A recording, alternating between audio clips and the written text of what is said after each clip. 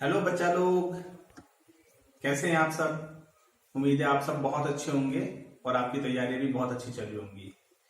तो बच्चों, अभी तक हमने क्लॉक का पार्ट 1 करा है, जिसमें हमने क्या क्या सीखा था। हमने ये सीखा था कि जो हमारी मिनट हैंड है, जो मिनट हैंड है वो 1 मिनट में कितना एंगल बना रही थी, 6 डिग्री पर मिनट। वहीं पर हमारी जो हार एंड वाली है वो 1 मिनट में कितना एंगल बना रही थी,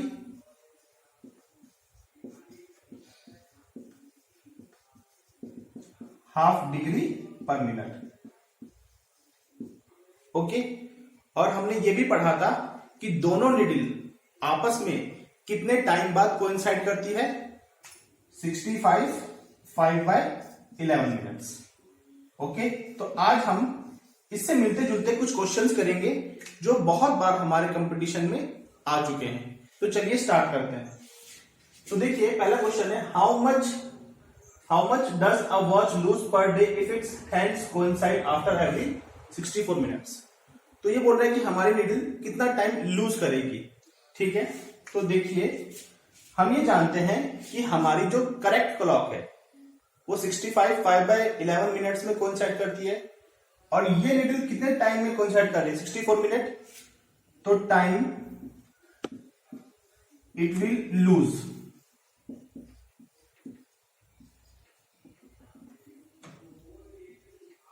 इन 64 मिनट। कितना लूज करेगी, 65 5/11 माइनस 64। तो ये आपका आ जाएगा 1 5/11 मिनट। और हमें कितना टाइम में निकालना है, हमें निकालना है पर डे। पर डे मतलब कितना, 24 घंटे। ओके। तो 24 घंटे में हम निकालेंगे, बताएंगे कितना निकला। तो पहले 24 आवर्स को मिनट में कन्वर्ट करें। तो जब आप मिनट में कन्वर्ट करोगे तो क्या करोगे, 24 इंटू 60। ओके। तो देखिए, time lose in 24 into 60 minutes. तो इसके लिए आप क्या करोगे, 1 16/11 इंटू 1/64 इंटू 24 इंटू 60। तो हमने क्या करा, हमने पहले 1 मिनट में निकाला और फिर 24 घंटे में निकालने के क्या करेंगे, 24 इंटू 60। और हमने इसको पहले ही मिनट में कन्वर्ट कर लिया है। अब इसको आप सॉल्व कीजिए।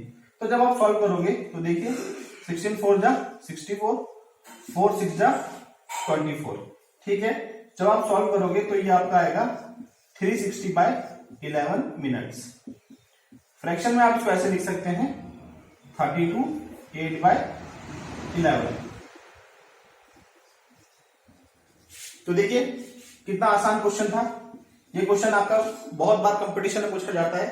तरीका आप इसको नोट पॉज करके आप नोट कर लीजिए। अब हम चलते हैं अगले क्वेश्चन में। अब हमारा अगला क्वेश्चन है, a watch gains 5 second in 3 minutes and watch set right at 8 AM, but time will it show at 10 PM on the same day. इसका मतलब क्या है कि हमारी एक घड़ी है जो 5 सेकेंड्स गेन कर रही है 3 मिनट्स में, और उसको हमने करेक्ट करा है मॉर्निंग के 8 AM पे। हमें ये बताना है कि वो रात के 10 बजे कितना टाइम शो करेगी। ठीक है। तो हम लिखेंगे 3 मिनट्स में वो कितना टाइम गेन कर रही है, 5 सेकेंड्स। तो 1 मिनट में कितना टाइम गेन करेगी, 5/3 सेकेंड। करेक्ट। अब हमें ये निकालना है कि 8 AM और 10 PM के बीच में कितना टाइम ड्यूरेशन होता है, क्योंकि उस टाइम ड्यूरेशन में हमारी जो ये घड़ी है वो कितना टाइम गेन करेगी वो हमें फाइंड आउट करना है। ठीक है। तो देखिए, 8 AM से 8 PM कितना टाइम हुआ, 12 आवर्स। और 8 PM से 10 PM का कितना टाइम हुआ, आपका ये हुआ आपका 2 आवर्स एक्स्ट्रा। तो टोटल टाइम कितना हो गया आपका 14 आवर्स। और 14 आवर्स में उसने कितना टाइम गेन करा, तो देखिए, तो पहले आप 14 आवर्स को मिनट में कन्वर्ट कीजिए। 14 इंटू 60 टाइम गेन। ठीक है। तो 14 into 60 time gain equals to 5/3 into 14 into 60। अब जब आप इसको सॉल्व करेंगे तो कितना आएगा 1400 सेकेंड। इसका मतलब है उसने 14 इंटू 60 मिनट्स में कितने सेकेंड्स गेन करे 1400 सेकेंड गेन करे। ओके 1400 सेकेंड को अब आप मिनट में कन्वर्ट करें तो 1400 अपॉन 60, जब आप इसे कैलकुलेट करोगे निकालोगे तो ये कुछ इतना आएगा 23 2/6 मिनट। कहने का मतलब है 14 आवर्स में जो हमारी इनकरेक्ट क्लॉक है वो इतना टाइम गेन करेगी। तो ये कुछ ऐसा आएगा, जो हमारी इनकरेक्ट क्लॉक का टाइम जो आएगा वो कुछ इस टाइप का आएगा 10 23 2/6 मिनट। और अगर 2/6 मिनट को आप सेकेंड में कन्वर्ट करोगे तो कैसे करोगे 2/6 इंटू 60, तो ये कितना आ गया 20 सेकेंड। तो ये आप इसको इस तरीके से लिख सकते हो 10 आवर 23 मिनट्स 20 सेकेंड। तो ये हमारा टाइम रहेगा इनकरेक्ट क्लॉक का, जब हमारी करेक्ट क्लॉक का टाइम रहेगा 10 PM। ठीक है, चलिए अब नेक्स्ट क्वेश्चन देखते हैं। तो हमारा नेक्स्ट क्वेश्चन है a watch was 5 minutes back from the actual time on Sunday 3 PM and on Tuesday 3 PM it was 3 minutes ahead of the actual time. On which day and at what time watch showed correct time? तो आपको ये बताना है कि हमारी जो watch है वो किस दिन और किस टाइम पे एकदम करेक्ट टाइम शो करेगी। तो देखिए संडे 3 PM से ट्यूसडे 3 PM के बीच में कितना टाइम ड्यूरेशन है 48 आवर्स, ये आप निकाल सकते हैं। उस 48 आवर्स में कितना चेंज आया है हमारी वॉच के टाइम में, मतलब कितना वो इनकरेक्ट टाइम शो कर रही है। तो यहां पर ये 5 मिनट्स पीछे थी, ठीक है, और यहां पर वो 3 मिनट्स आगे हो गई प्लस, तो जो टोटल टाइम चेंज हुआ है वो कितना हुआ है, तो इसका 8 मिनट्स हुआ है भाई। 5 मिनट्स पीछे थी और 3 मिनट्स आगे हो गई, तो टोटल टाइम चेंज कितना हुआ 8 मिनट्स। तो 8 मिनट्स का जो टाइम चेंज हुआ है वो कितने टाइम में हुआ है 48 आवर्स में। ठीक है, तो अब मैं ये बताऊंगा कि 5 मिनट्स का जो टाइम चेंज हुआ था, जो 5 मिनट से वो एक्चुअल टाइम में आएगी वो कितने टाइम में आएगी। तो 8 मिनट से 48, तो 5 minutes equals to 48 upon 8 into 5। तो 8 6 48, 6 5 30, तो 30 आवर्स।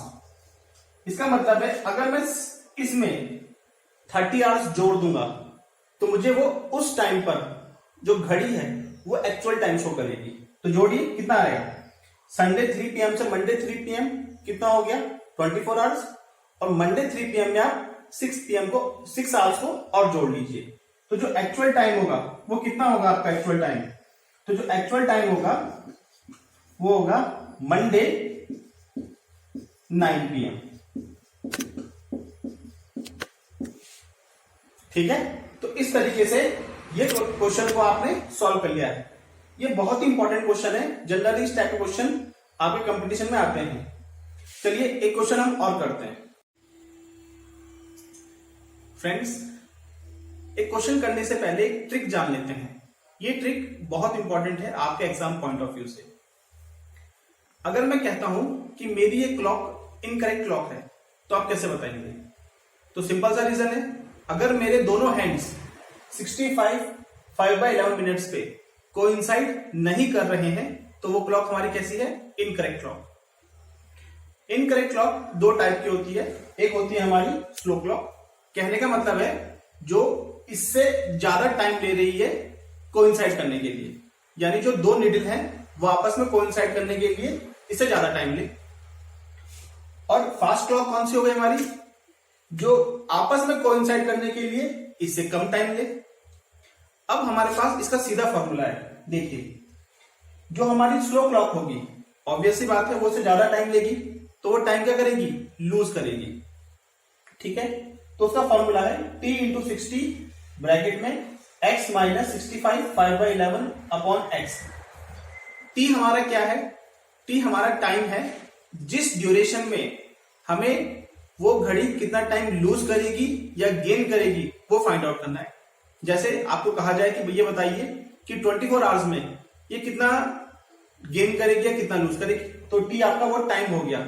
24 आवर्स, 14 आवर्स, 48 आवर्स, ये सब टी हो गया। एक्स क्या हो गया? एक्स हो गया वो टाइम जहां पर हमारी बोथ हैंड्स क्लॉक कोइंसाइड करेगी। It can be greater than 65 5/11 और लेस देन 65 5/11, डिपेंडिंग अपॉन कि वो क्लॉक हमारी स्लो क्लॉक है या हमारी फास्ट क्लॉक है। अगर ये इससे आप सॉल्यूशन करोगे तो आपका तुरंत आंसर आ जाएगा। और जितना वो टाइम गेन कर रही है, लूज कर रही है, अगर आपसे कहा जाए कि मान लिया जाए फॉर एग्जांपल एक क्वेश्चन कर लेते हैं, पहले इसको आप नोट कर लीजिए और फिर क्वेश्चन करते हैं। तो फ्रेंड्स, हमारे फॉर्मूलेज पे एक क्वेश्चन है, how much does the clock gain और loses per day if the hands coincide every 69 minutes. तो आपको ये बताना है कि मेरी घड़ी कितना गेन करेगी या लूज करेगी अगर उसकी दोनों रीडिंग 69 मिनट्स पे कोइंसाइड हो रही है। तो पहले तो आपको ये बताना है किस टाइप की क्लॉक है, ये स्लो क्लॉक है या फास्ट क्लॉक है। तो देखिए कितने टाइम में कोइंसाइड हो रही है, 69 मिनट्स में, जो कि इससे ज्यादा है। और हमने पढ़ा है कि अगर ये इससे ज्यादा हो तो किस टाइप की क्लॉक होगी, स्लो क्लॉक। और स्लो क्लॉक है वो टाइम को लूज करती है, करेक्ट। अब अपना फॉर्मूला लगाइए, t इंटू 60। यहां पर आपने कितने टाइम में बताना है, तो आंसर है एक दिन में, ठीक है। एक दिन मतलब 24 घंटे, तो यहां पर आ जाएगा 24, ठीक है। 24 इंटू 60, एक्स क्या है हमारा, कोइंसाइड टाइम 69 मिनट्स। उन सबकी वैल्यू रखिए। जब आप इन सबकी वैल्यू रखेंगे तो आपका आंसर आ जाएगा कितना, 18,720 अपॉन 253 मिनट्स। अब आप इसको चाहे तो फ्रैक्शन में निकाल सकते हैं। तो देखिए कितना आसान तरीका है। इसी तरीके से अगर कोई फास्ट क्लॉक का है तो आप उसका भी निकाल सकते हैं। तो आज हमने जितने भी क्वेश्चंस करे वो सारे के सारे बहुत इंपॉर्टेंट है from examination point of view. तो आई होप आपको ये लेक्चर पसंद आया होगा, आपने एंजॉय किया होगा। तो प्लीज मेरे चैनल को लाइक कीजिए, सब्सक्राइब कीजिए, ताकि मैं इसी तरीके से आपके लिए नए नए लेक्चर्स लाता रहूं। नेक्स्ट लेक्चर हमारा प्रॉफिट एंड लॉस होगा। So thank you.